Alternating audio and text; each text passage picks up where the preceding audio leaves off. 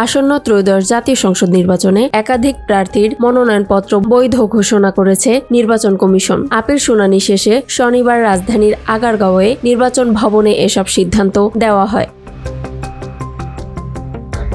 ঢাকা ৯ আসনের স্বতন্ত্র প্রার্থী তাসনিম জারার মনোনয়নপত্র বৈধ ঘোষণা করেছে নির্বাচন কমিশন। শুনানি শেষে প্রার্থিতা ফিরে পাওয়ার পর সাংবাদিকদের সঙ্গে কথা বলেন তিনি। তাসনিম জারা জানান, স্বতন্ত্র প্রার্থী হিসেবে তিনি নির্বাচন করতে চান এবং তার পছন্দের প্রতীক ফুটবল। প্রতীক বরাদ্দের জন্য তিনি শীঘ্রই কমিশনে আবেদন করবেন বলে জানান। এর আগে গত ৩ জানুয়ারি ভোটারদের ১% সমর্থন তালিকায় তথ্যের গরমিল দেখিয়ে ঢাকা জেলা রিটার্নিং কর্মকর্তা তাসনিম জারার মনোনয়নপত্র বাতিল করেছিলেন। পরে তিনি সেই সিদ্ধান্তের বিরুদ্ধে নির্বাচন কমিশনে আপিল করেন।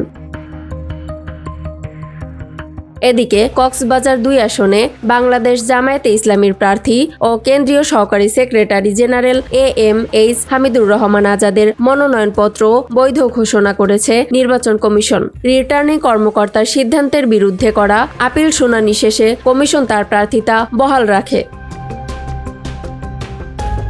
এছাড়া মাদারীপুর ২ আসনে স্বতন্ত্র প্রার্থী হিসেবে আলোচিত ইসলামী বক্তা কামরুল ইসলাম সাঈদ আনসারীর মনোনয়নপত্র বৈধ ঘোষণা করা হয়েছে। ভোটার তালিকার তথ্যে সামান্য গরমিল দেখিয়ে তার মনোনয়ন বাতিল করা হলেও আপিল শুনানিতে কমিশন সেই সিদ্ধান্ত পরিবর্তন করে। নির্বাচন কমিশনের এই সিদ্ধান্তের ফলে সংশ্লিষ্ট আসনগুলোতে নির্বাচনী প্রতিদ্বন্দ্বিতা আরও জমে উঠবে বলে মনে করছেন রাজনৈতিক বিশ্লেষকরা। ইয়ামনি, নিউজ ডেস্ক, নিউজ ২৪ ঘন্টা।